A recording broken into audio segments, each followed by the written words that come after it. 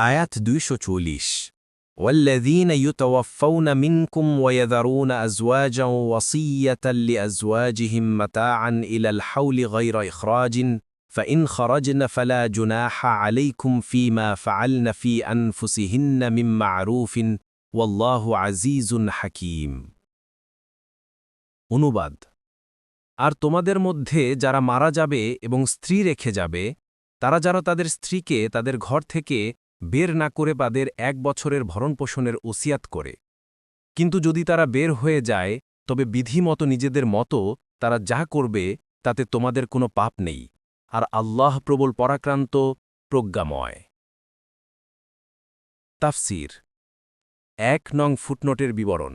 স্বামীর মৃত্যুর দরুন স্ত্রীর ইদ্যৎকাল ছিল 1 বছর কিন্তু পরবর্তীতে সূরার 234 নং আয়াতের মাধ্যমে